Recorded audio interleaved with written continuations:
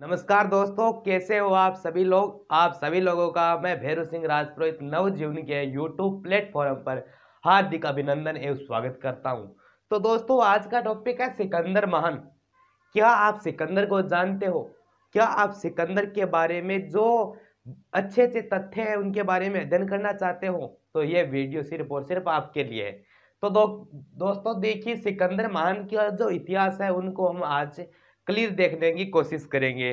तो सबसे पहले ही यह बात आती है कि ये सिकंदर है, सिकंदर के पीछे महान क्यों लगाते हैं?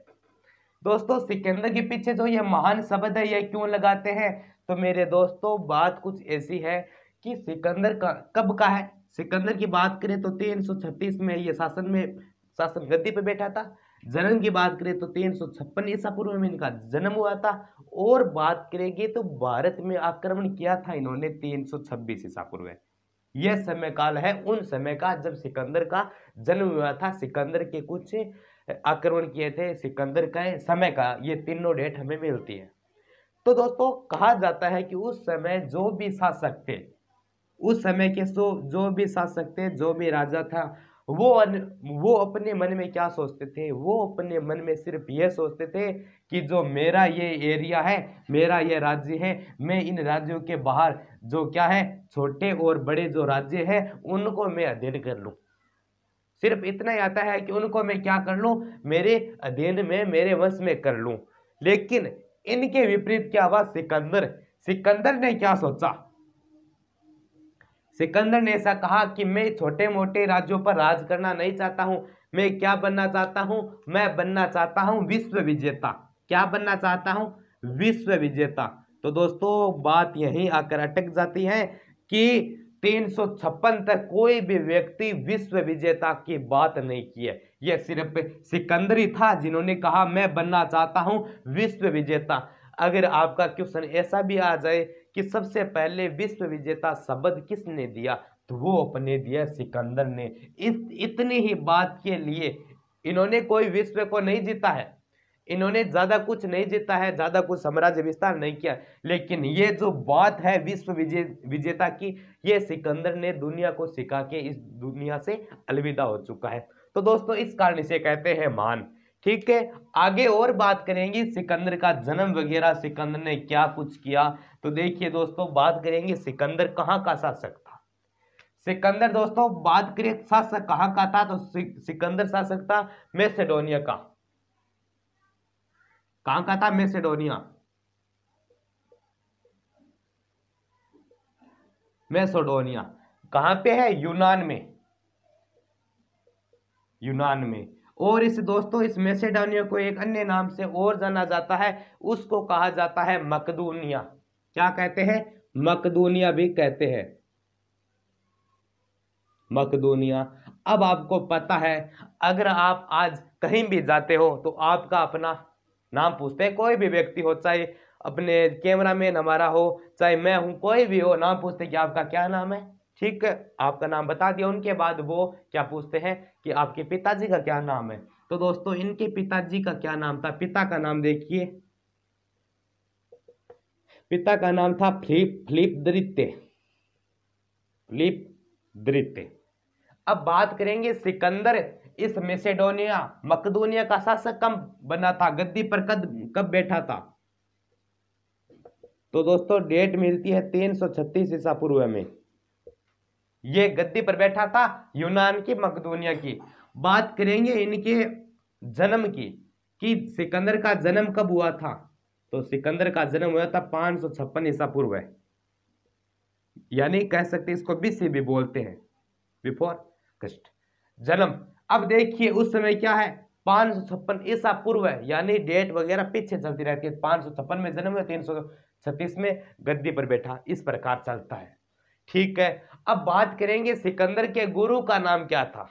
सिकंदर का गुरु, सिकंदर किससे शिक्षा लेकर आया था, गुरु की बात करेंगे दोस्तों, तो गुरु का हमें नाम मिलता है अरस्तु। और अरस्तु के गुरु का क्या नाम था? अगर मेरे दोस्तों आपको पता है तो कमेंट के माध्यम से जरूर बताएं। और उसका नाम मिलता है प्लेटो, जो कि एक राजनीति दार्शनिक भी माना जाता है। ये हो गई इनके अंडरग्राउंड की बात, उनके जन्म की बात, मतलब नीचे तलाई की बात। अब दोस्तों इसके क्या मन में मतलब एकदम अच्छे से जच चुकी थी कि अब तो भारत पर आक्रमण करना है। तो दोस्तों अगर आपको पता है तो मैं बात करूंगा भारत के इतिहास का जनक किसे कहा जाता है। भारतीय इतिहास का जनक का हमें नाम मिलता है हेरोडोटस।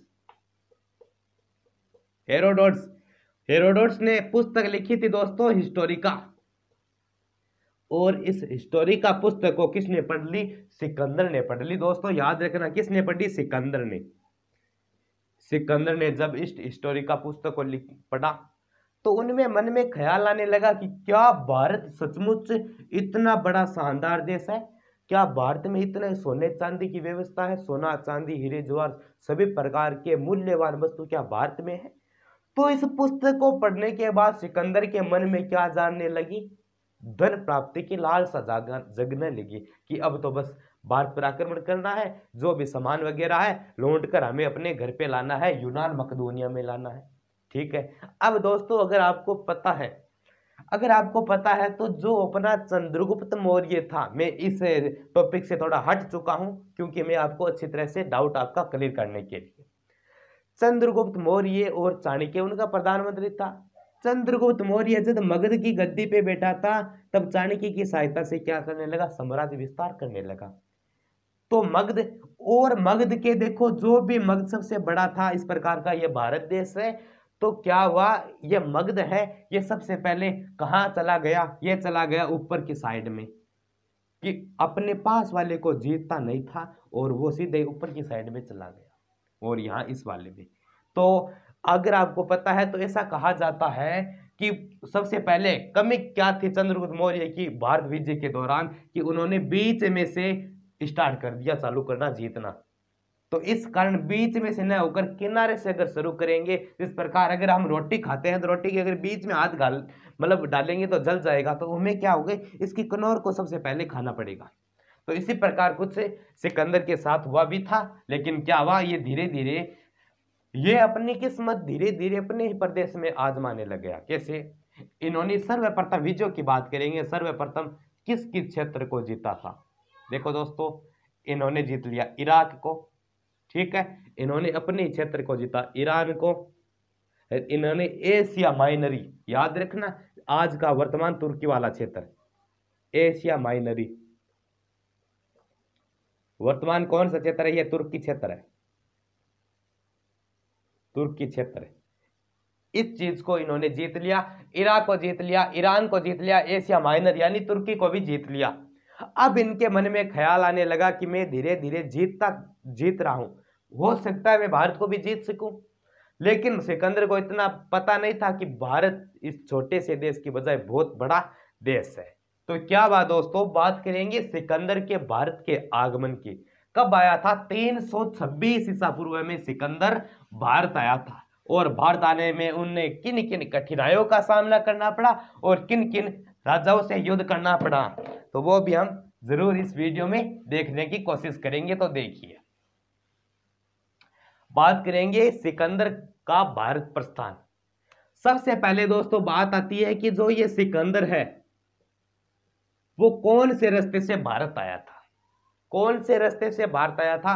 तो जिस रास्ते से ये सिकंदर है ये भारत आया था, जिस प्रकार आज का हमारा ये भारत है, जस्ट इमेज, ये हमारा क्या है? भारत है। ये हमारा क्या है दोस्तों? भारत है। तो सिकंदर यूनान का था, वो किस प्रकार भारत आया और किस प्रकार भारत के अंदर घुसा दोस्तों? तो ये जो रास्ता आपको दिखाई दे रहा है, जहां पर सिकंदर यहां होते होते भारत में तक्षशिला में सर्वप्रथम आया था, सिंधु नदी पार करके। तो इस दरे को कहा जाता है, इस रास्ते को दोस्तों कहा जाता है खैबर दरा। क्या दोस्तों? खैबर दरा। अगर आपको कहीं प्रश्न पूछ ले कि सिकंदर कौन से रास्ते से भारत आया था, तो याद रखना खैबर दरे से भारत आया था, आ चुका है। इन्होंने क्या किया दोस्तों, यहां पर जो उस समय की क्या है तक्षशिला, जो उस समय यह पाकिस्तान में था लेकिन बाद में बंटवारा हो गया तो वो अपने बाहर चला गया। तो भारत में एक स्थान था जिसका नाम था तक्षशिला। क्या नाम था? तक्षशिला। तक्षशिला के ही चाणक्य थे अपने, अब अगर आपको पता है तो। और इस तक्षशिला का दोस्तों एक राजा उस समय हुआ था और उस राजा का नाम था अंबी। सबसे पहले सिकंदर तक्षशिला पर आक्रमण करने का निश्चय करता है, क्योंकि भारत और यूनान का सीमा वाला देश है, सीमा वाला राज्य है, वो अपने है तक्षशिला, और वहां का शासक कौन है? अम्बी है। सिकंदर ने यहाँ पर आक्रमण किया, लेकिन अम्बी ने क्या किया? अम्बी ने आत्मसमर्पण कर दिया। किसके सामने? सिकंदर के सामने। क्या किया? आत्मसमर्पण। सिकंदर के साथ में मिल चुका, आत्मसमर्पण कर दिया। ठीक है, कर दिया। और इसी के पास में एक कहते हैं गंदार और काबुल वाले क्षेत्र में एक छोटा राज्य भी था, उसका नाम नहीं मिलता है, लेकिन उसका कहते हैं वहां का जो शासक था उसका नाम है शशिगुप्त। और शशिगुप्त ने दोस्तों क्या किया? आत्मसमर्पण कर दिया। आत्मसमर्पण कर दिया सिकंदर के सामने। बाद में दोस्तों क्या होता है, अगर आपको पता है, सिकंदर यहां आत्मसमर्पण कर दिया, और यहां पर एक चिनाब नदी, चिनाब, आज जम्मू कश्मीर में चिनाब, ठीक है, चिनाब नदी के पास में यहां पर एक राज्य था, और एक नदी है झेलम। और यहां पर क्या है दोस्तों, इस चिनाब नदी के किनारे एक, इसको वितस्ता नदी भी कहते हैं। ठीक है, वितस्ता नदी, कौन सी नदी है? वितस्ता। वितस्ता। इस नदी के किनारे एक राज्य हुआ करता था। किसका राज्य था वो? पोर्स का राज्य। तो दोस्तों इस चिनाब नदी के जो क्षेत्र था, एरिया था, वहां पर शासक था पोर्स का। तो पोरस, सिकंदर ने पोरस से कहा कि पोरस तू मेरे सामने आत्मसमर्पण कर दो, मेरे अधिकार में आ जाओ। लेकिन पोरस ने बिल्कुल साफ मना कर दिया कि अब तो जंग होगा और युद्ध के मैदान में होगा। तो दोस्तों इस चिनाब नदी के किनारे एक युद्ध होता है, चिनाब, और इस युद्ध का नाम है हाइडेस्पिस। हाइडेस्पिस का युद्ध होता है। कब हुआ था? 326 ईसा पूर्व में। किनके मध्य? सिकंदर और पोरस के साथ। और दोस्तों इस युद्ध के अंदर सिकंदर क्या होता है? विजय हो जाता है, सिकंदर जीत जाता है। बाद में पोरस को कहते हैं बेड़ियों में बांधकर, किसमें? बेड़ियों यानी सांकल, जिसे हम आज भैंसे बांधते हैं, भैंसों के जो बेड़ियां होती है उनमें बांधकर पोरस को जब सिकंदर के सामने लाया गया, तो सिकंदर ने पोरस से पूछा कि पोरस राजा, क्या बोलिए महाराज, कि आपके सामने किस तरह का सलूक किया जाए, आपके साथ किस तरह का व्यवहार किया जाए। तो इन्होंने निर्भयतापूर्ण एक उसे उत्तर दिया कि सिकंदर, आप ऐसा मेरे साथ कीजिए, ऐसा मेरे साथ न्याय कीजिए, सलूक कीजिए जो एक राजा को दूसरे राजा के साथ करना चाहिए। तो इस निर्भीकता प्रश्न का उत्तर सुनकर सिकंदर का गर्व हो चुका सिकंदर, और क्या हो, सिकंदर ने क्या किया? इस पोरस को अपनी राजगद्दी, पोरस का राज्य वापस स्वीकार दे दिया गया। ठीक है, उनके बाद दोस्तों क्या होता है, धीरे धीरे सिकंदर भारत को जीता हुआ आगे बढ़ रहा है। तभी क्या होता है देखिए, और दोस्तों सिकंदर ने 2 नगर बसाए, 2 नगर। एक आता है राउकेफला या बुक्काखेफला, बुक्काखेफा। अगर आपको पता है तो बुक्काफेला किसका नाम है? और दूसरा नाम मिलता है सिकंदरिया। सिकंदरिया, बुक्काफेला सिकंदर के घोड़े का नाम था। किसका नाम था दोस्तों? घोड़े का नाम था। और ये सिकंदरिया है, यह कहां बसाया गया? काबुल व सिंधु नदी, काबुल सिंध के क्षेत्र, काबुल और जो सिंध का क्षेत्र है उसके बीच जो गांव बसाया गया, जो क्षेत्र बसाया गया, नगर बसाया गया सिकंदरिया, और घोड़े के नाम से बुक्काफेला, ये 2 नगर भी बसाए गए। अगर आपको पता है तो एक ईरानी इतिहासकार हुए, सिकंदर का भारत पर आक्रमण करने का मुख्य उद्देश्य भी क्या था, उन्होंने सब कुछ बताया है। ईरानी इतिहासकार है, इन्होंने क्या किया देखिए।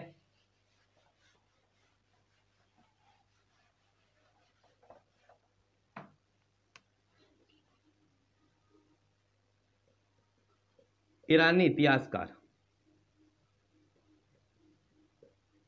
जिसका नाम क्या मिलता है ईरानी इतिहासकार का? एरियन। इन्होंने क्या किया है कि भारतवासी, देखिए, भारतवासी युद्ध की कला में कला में अन्य लोगों से श्रेष्ठ है, अन्य लोगों से श्रेष्ठ है। यह बात उन्होंने इसलिए कही कि पोरस की सेना ने डटकर मुकाबला किया था सिकंदर की सेना का। तो इस कारण ईरानी इतिहासकार एरियन ने लिखा है कि भारतवासी युद्ध की कला में अन्य श्रेष्ठ लोग हैं उनसे भी क्या है, बहुत ज्यादा अच्छे हैं। दोस्तों आगे क्या होता है, धीरे धीरे सिकंदर क्या करता है, व्यास नदी तक पहुंच जाता है। कहां तक, व्यास नदी तक सिकंदर पहुंच जाता है भारत में। सिकंदर की सेना एकदम थक चुकी थी, थक गई। कौन, सेना एकदम थक चुकी थी और अब डरने भी लगी थी। क्यों, सिकंदर की सेना को इतना पता था कि इस व्यास नदी के इस वाले मुहाने में एक मगध साम्राज्य है। क्या है, मगध राज्य है। और मगध का उस समय शक्तिशाली शासक था दोस्तों धनानंद। कौन था दोस्तों, धनानंद। उसके पास कहते हैं 3 या 4 लाख से अधिक भी सेना थी, बहुत ज्यादा सेना थी। उस मतलब पूरे भारत पर उस समय मगध का क्या था, साम्राज्य विस्तार था। मगध का उस समय शासक था, उस समय घनानंद था। तब सेना ने कहा कि हम आगे बढ़ने से इनकार कर दिया सेना ने कि हम अब युद्ध नहीं करेंगे। कहा जाता है ये सेना, कुछ तो ऐसे कहते हैं कि ये युद्ध करते करते बहुत ज्यादा समय हो चुका था, तो वो अपने परिवार वालों से मिलना चाहती थी सेना। दूसरी बात करें कि वो कहते हैं कि हम मगध के जो धनानंद है उनका मुकाबला नहीं कर सकते क्योंकि हम एकदम थक चुके हैं। तो इन्होंने निश्चय किया कि हम यहीं से वापस चलते हैं। तो दोस्तों सिकंदर के बारे में ऐसा कहा जाता है कि सिकंदर कभी भी दुश्मनों से नहीं हारा। सिकंदर कभी भी अपने दुश्मनों से नहीं हारा, लेकिन एक दिन क्या हुआ, सिकंदर अपने ही आदमियों, अपने ही सैनिकों से हार चुका था। तो दोस्तों सिकंदर ने अपनी सेना को जोश भरने के लिए एक बहुत शानदार एक सुवाक्य कहा है, और उस सुवाक्य क्या है मैं अभी बताता हूं। सिकंदर ने कहा, अपनी सेना के लिए कहने लग गया है सिकंदर, क्या कहने लग गया है कि मैं उन दिलों में उत्साह भरना चाहता हूं, मैं उन दिलों में उत्साह भरना चाहता हूं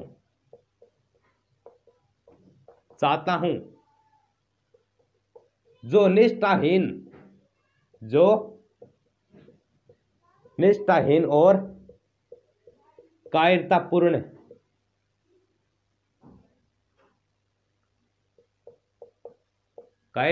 डर से दब गए हैं। सिकंदर अपनी सेना के सामने हौसला बुलंद करवाने के लिए, ताकत देने के लिए यह वाक्य कहता है कि मैं उन दिलों में उत्साह भरना चाहता हूं कि जो निष्ठाहीन और कायरतापूर्ण डर से दबे पड़े हैं या फिर दब गए हैं। ठीक है, उनके बाद क्या होता है, सिकंदर वापिस इसी व्यास नदी से क्या होता है, अपने गांव की तरफ, अपने यूनान देश की तरफ क्या करने लगा है, जाने की तैयारी करने लगता है। और दोस्तों इस व्यास नदी में इनके 2 सेनापति थे, एक का नाम था निरियाकस और एक का नाम था केटरस। ये 2 भागों में विभक्त हो गई, निरियाकस के नेतृत्व में हो गई, एक केटरस के नेतृत्व में 2 सेनाएं इनकी विभक्त हो गई। निरियाकस से कहा कि आप इस रास्ते से जाओ अलग से, इनको कहा आप इस रास्ते से जाओ, और जो भी बीच में राज्य आता है उसको क्या कर दो, एकदम सर्वनाश कर दो, सभी की हत्या वगैरह आप कर दो। तो दोस्तों कहते हैं सिकंदर की अंतिम विजय किसकी, सिकंदर की अंतिम विजय भारत में पाटल राज्य थी। पाटल राज्य भारत, सिकंदर की अंतिम विजय थी भारत में। और 2 निरियाकस, जलमार्ग और स्थल मार्ग। निरियाकस को कहा कि आप जलमार्ग से अपने देश जाओ, केटरस को कहा कि आप पृथ्वी से यानी स्थल मार्ग से अपने देश में जाओ। इस प्रकार आ गया। और दोस्तों कहा जाता है कि यह 325 ईसा पूर्व से भारत क्या हो गया, भारत से वापस गया। कौन, सिकंदर वापस गया। ठीक है, कहते हैं सिकंदर भारत में कितने दिनों रुका, तो 19 महीने रुका था भारत में। और दोस्तों 323 ईसा पूर्व में सिकंदर की क्या हो गई थी, मृत्यु। अगर आपको दिखाई नहीं देता 323 ईसा पूर्व में, और स्थान का नाम है बेबीलोन। जाते जाते उनकी मृत्यु हो गई बेबीलोन में। और कहा जाता है सिकंदर जब मर चुका था, उनके अर्थी लोग ले जा रहे थे, तब कह रहे इस तरह उनके हाथ थे। तो सिकंदर इस दुनिया को एक सबूत देता है, दुनिया को एक बात बताता है कि मैं बंद मुट्ठी आया था और खुली मुट्ठी जा रहा हूं, और जितने भी मैंने क्षेत्र जीते हैं वो यहीं का यहीं रह गया है। इस कारण कहते हैं मरने से व्यक्ति के साथ कुछ भी नहीं जाता है, जो भी पैसा वगैरह धन वगैरह होता है कि वो भी यहीं छोड़कर जा सकता है, यहीं पर जाता है। इस प्रकार इन्होंने भारत पर आक्रमण किया और सिकंदर को महान कहते हैं, क्योंकि इन्होंने क्या किया, सबसे पहले विश्व विजेता की बात कही। दोस्तों क्या बात कही है मेरे प्यारे रसगुल्लो, विश्व विजेता की।